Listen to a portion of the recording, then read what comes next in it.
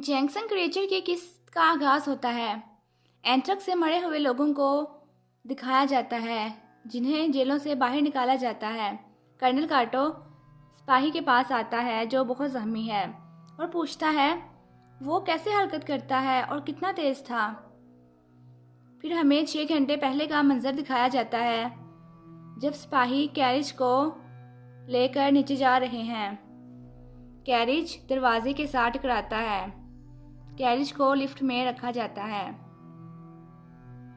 Colonel काटो ऊपर वाली मंजिल में खड़ा कैरिज के नीचे जाने का इंतजार कर रहा है।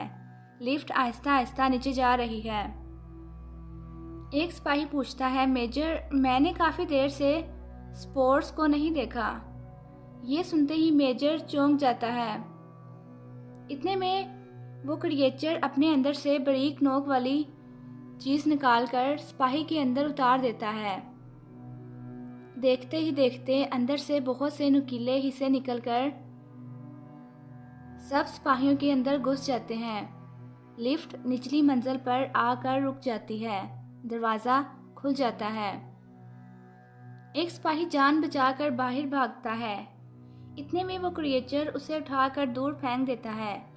कर्नल काटो कहता है, नीचे लाइट्स लगाओ। सिपाही लाइट्स ऑन करते हैं मगर इन्हें कुछ नजर नहीं आता।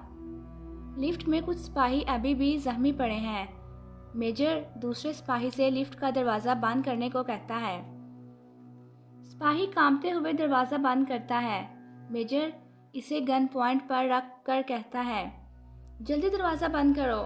सिपाही रोते हुए दरवाज़ा बंद करता है मगर जोर लगाने पर दरवाजे से जोरदार आवाज़ पैदा होती है और एक लम्हे में वो नुकीली सी चीज सिपाही का पांव पकड़ लेती है।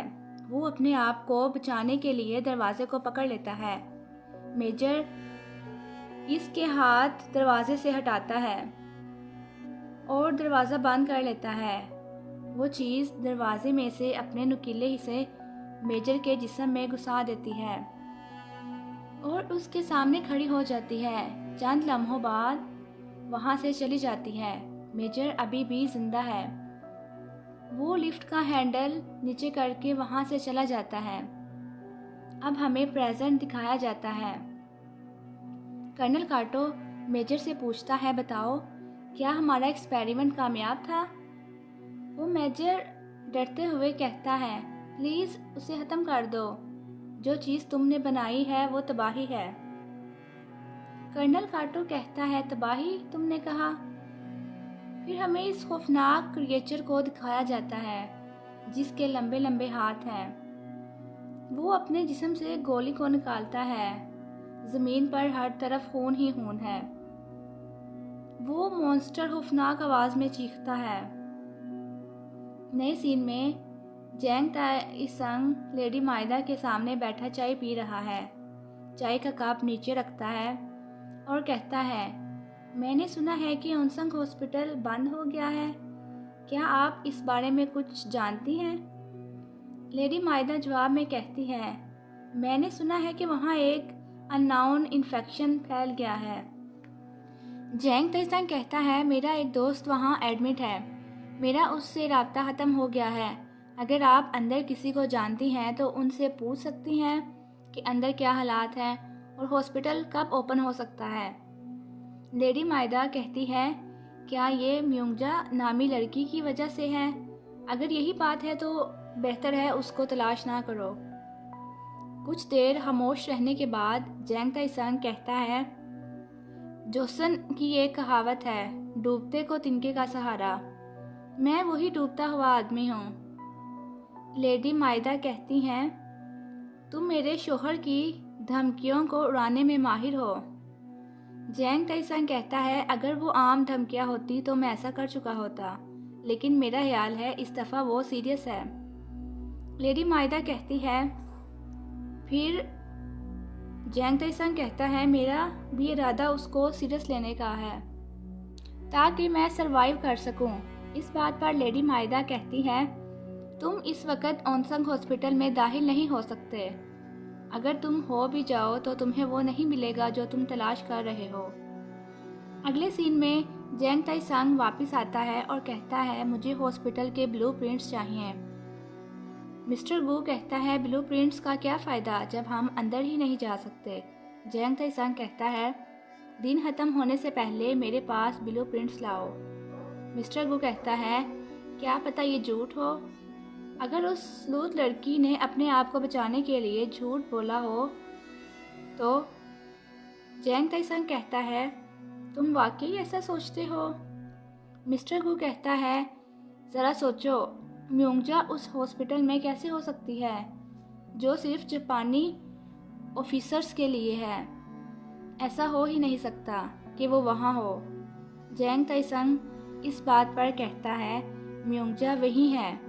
मैंने अभी लेडी माइदा से कंफर्म किया है। मैं रात 10 बजे ऑनसम हॉस्पिटल जाऊंगा। जैंग ताई-संग अभी वो कागज़ निकाल कर देखता है जिस पर लिखा होता है, हमने म्योंगजा को तलाश कर लिया है। इसे कुछ देर पहले का मंजर याद आता है।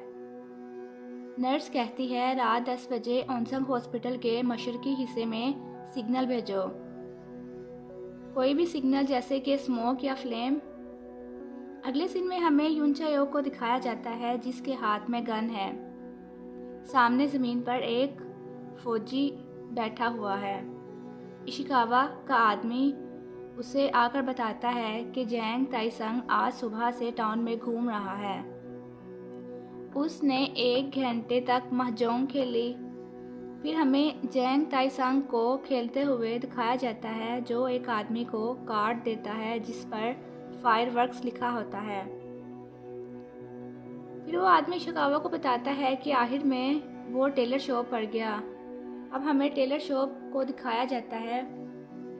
टेलर मास्टर जैंग ताई-संग को शिशिन की तस्वीर दिखाता है जो सचिमोटो ने बनाई थी और कहता है, ये रात में मूनलाइट बार से भेजी गई थी। सफाई करने वाला आदमी एक ट्रॉली के साथ आता है और अपना कार्ड दिखाकर अंदर दाखिल हो जाता है। सफाई वाले कमरे में आता है। ट्रॉली से यून जंग वोन बाहर निकलता है। यून चा-योक सफाई वाले से पूछती है, क्या तुमने नोट पहुंचा दिया? वो कहता है, मैंने किसी को दे दिया है जिस पर हम ट्रस्ट कर सकते हैं। अब तक उसे हाउस ऑफ गोल्डन ट्रेजर पर होना चाहिए। यून जंग वोन यून चा-योक से पूछता है, क्या तुम्हें यकीन है कि म्योंगजा यहाँ है? इतने में पीछे से वही सिपाही खड़ा हो जाता है। यून जंग वोन अपनी पिस्तौल उस पर तान लेता है। यून चा-योक कहती है, इसे शूट ना करो, ये हमारी साइड पर है। सफाई वाला आदमी कहता है, लेकिन ये जापानी फौजी है। वो सिपाही जवाब में कहता है, नहीं, मैं जोसन से हूँ। वो सिपाही मज़ीद बताता है कि मैं चाइना में जंग के दौरान ज़ख्मी हो गया था, फिर यहाँ ऑनसम हॉस्पिटल भेज दिया गया। रिकवर होने के बाद मुझे डिजीज़ कंट्रोल प्लाटून में भेज दिया गया। यून जंग वोन सवालिया अंदाज में कहता है, डिजीज़ कंट्रोल?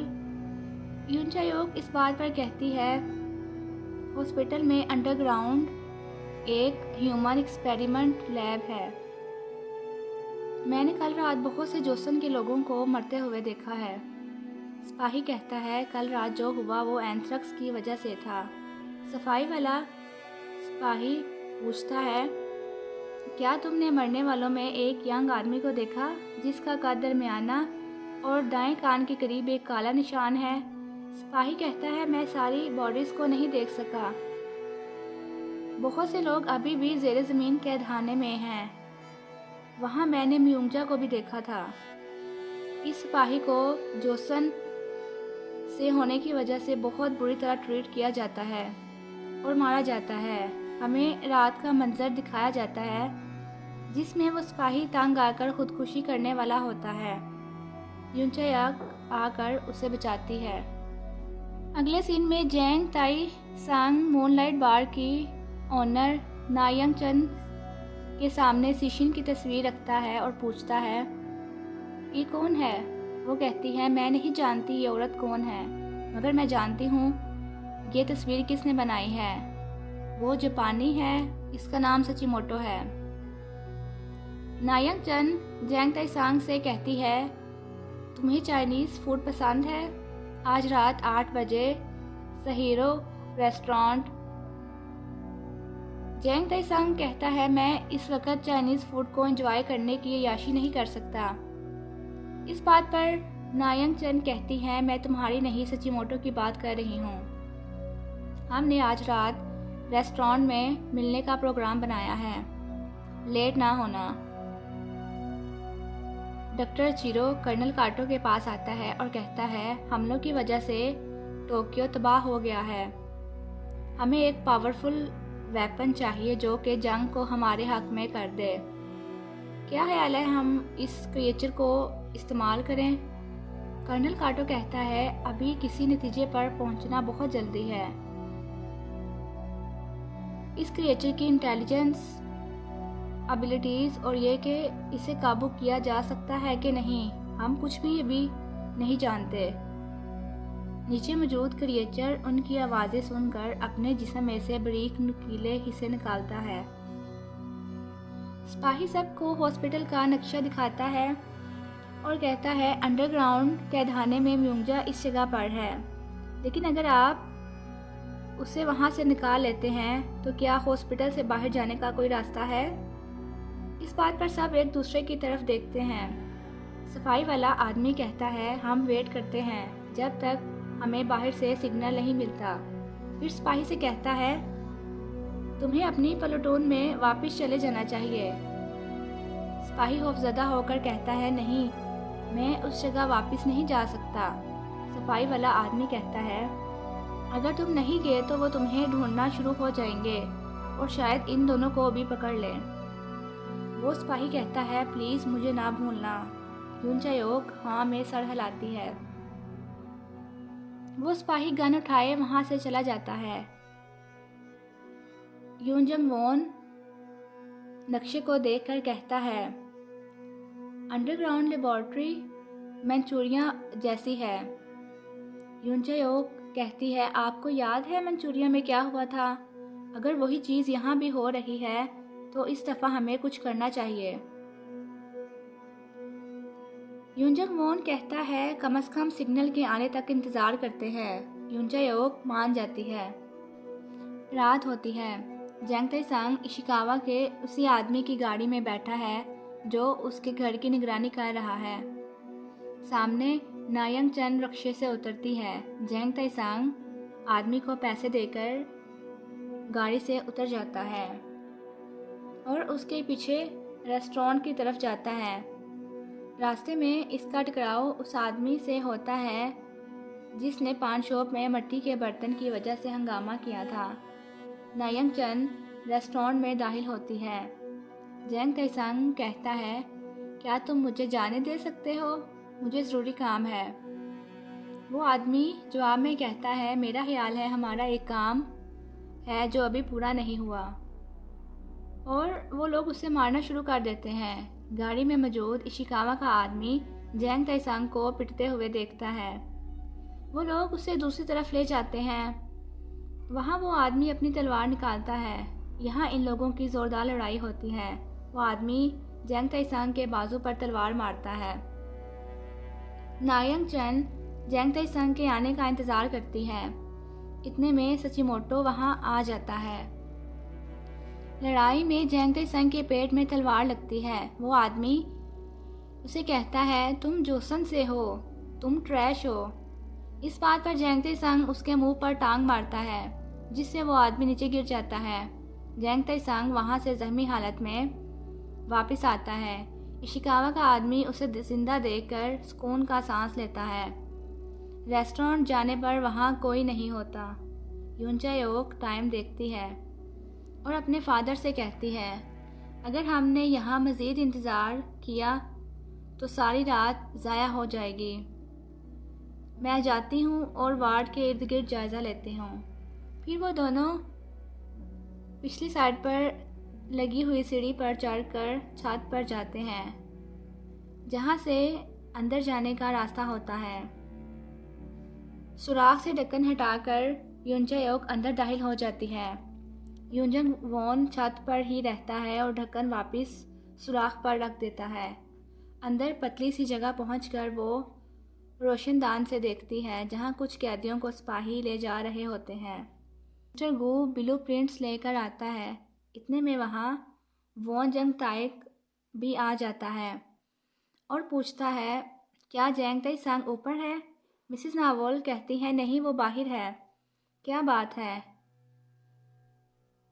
एक अर्जेंट मैटर है। वो कहाँ है इस वक्त? वॉन जंग ताइक जवाब में कहता है। इतने में जख्मी जैंग ताई सांग अंदर दाखिल होता है। इसे इस हालत में देखकर सब परेशान हो जाते हैं। जैंग ताई सांग कुछ भी कहे बगैर ऊपर चले जाता है। ऊपर जाकर वो अपने जख्म को साफ करता है। मिसेस नावोल उसके जख्म पर पट्टी बांधती हैं। जैंग ताई सांग पूछता है, क्या तुमने ऑनसंग हॉस्पिटल के ब्लूप्रिंट्स हासिल किए हैं? मिस्टर गू कहता है, जी। मिसेस नावोल कहती हैं, ब्लूप्रिंट्स को छोड़ो, पहले हम तुम्हें हॉस्पिटल लेकर जाएंगे। मगर जैंग ताई सांग कहता है, मैं ठीक हूँ, मुझे ब्लूप्रिंट्स दिखाओ मिस्टर गू, 10 बजने में ज़्यादा वक्त नहीं है। यहाँ मिसेस नावोल और जैंग ताई सांग की हॉस्पिटल जाने वाली बात पर ज़ोरदार बहस होती है, मगर वो नहीं मानता और कहता है, मैं आखिर तक लड़ूंगा। नायंग चन वहाँ आती है। वॉन जंग ताइक और वो दोनों इकट्ठे जैंग ताई सांग वाले कमरे में दाखिल होते हैं। नायंग चन कहती है, मैं इतनी देर से आने पर माजरत हुआ हूँ, लेकिन कोई जैंग ताई सांग से मिलना चाहता है।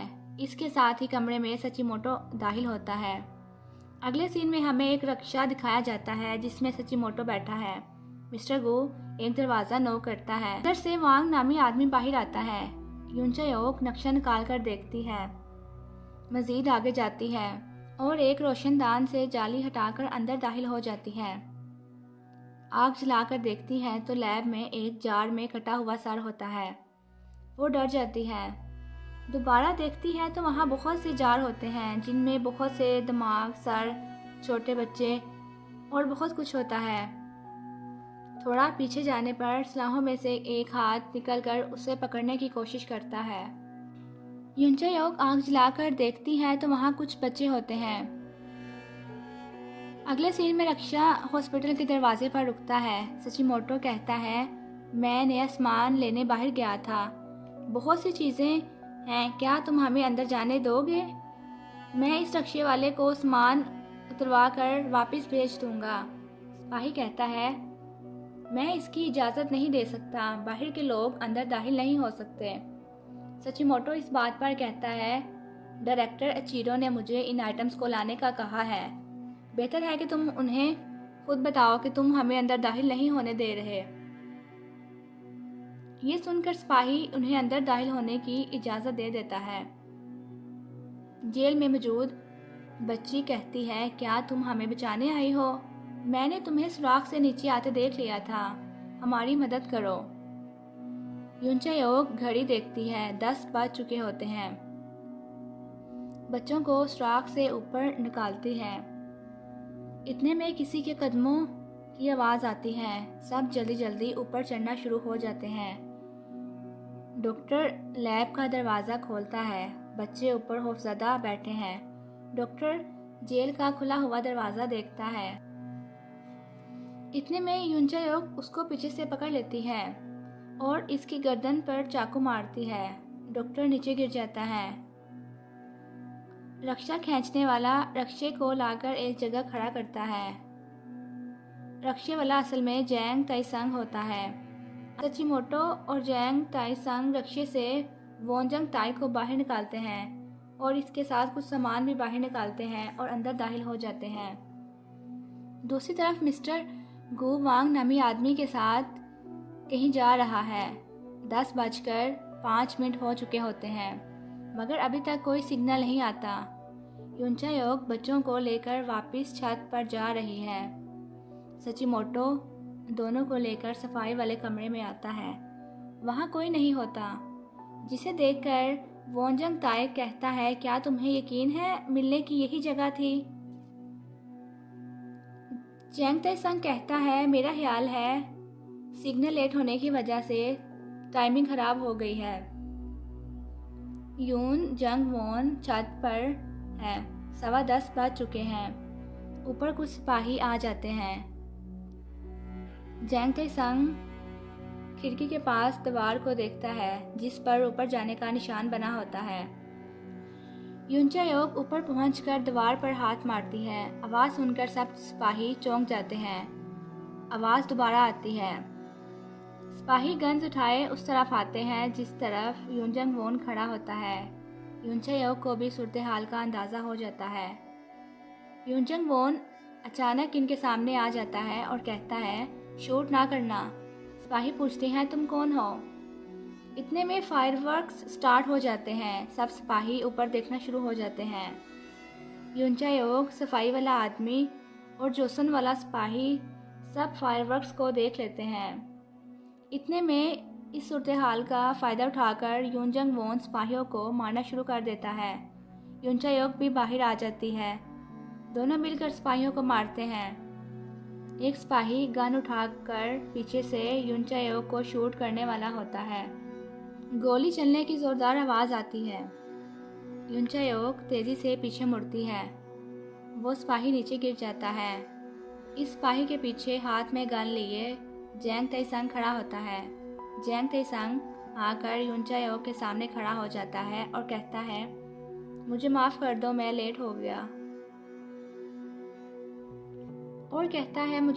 दो, मैं लेट हो गया। मिस्टर गू और वांग मुसलसल फायरवर्क्स कर रहे हैं। जैंग ताई-संग पूछता है, क्या तुमने म्यूंगजा को तलाश कर लिया? कहाँ है वो? तुमने उसे बाहर निकाला? यूनचा-योक पीछे मुड़कर कहती है, तुम अब बाहर आ सकते हो। यूनजंग वोन बच्चों को नीचे उतारने में उनकी मदद करता है। जैंग ताई-संग हैरान होकर सब देख रहा है और पूछता है, म्यूंगजा कहाँ है? इस बात पर यूनचा-योक कहती है, पहले इन बच्चों को बाहर निकालो। जैंग ताई-संग कहता है, ये तुम क्या बातें कर रही हो? ये बच्चे कौन हैं? यूनचा-योक कहती है, अगर तुम इन बच्चों को बाहर निकालोगे तो मैं जाकर म्यूंगजा को ढूंढ कर लाऊंगी। जैंग ताई-संग आंखें फाड़े यूनचा-योक को देखता है। अगले सीन में कर्नल काटो डॉक्टर इचिरो से कहता है, तुम मुझे कुछ दिखाना चाहते हो? डॉक्टर कहता है, हाँ। दोनों नीचे देखते हैं। नीचे जोसन के कुछ लोगों को लाया जाता है। डॉक्टर इचिरो घंटी बजाता है। आवाज़ सुनकर वो क्रिएचर इन लोगों को मारना शुरू कर देता है। डॉक्टर इचिरो कहता है, मैं इस क्रिएचर को अपना आदी बनाने जा रहा हूँ। जब भी मैं बेल बजाऊंगा तो उसे पता चल जाएगा कि मैं उसे खाना देने वाला हूँ। वो जान लेगा कि उसका मास्टर कौन है। यही एपिसोड 3 का एंड होता है।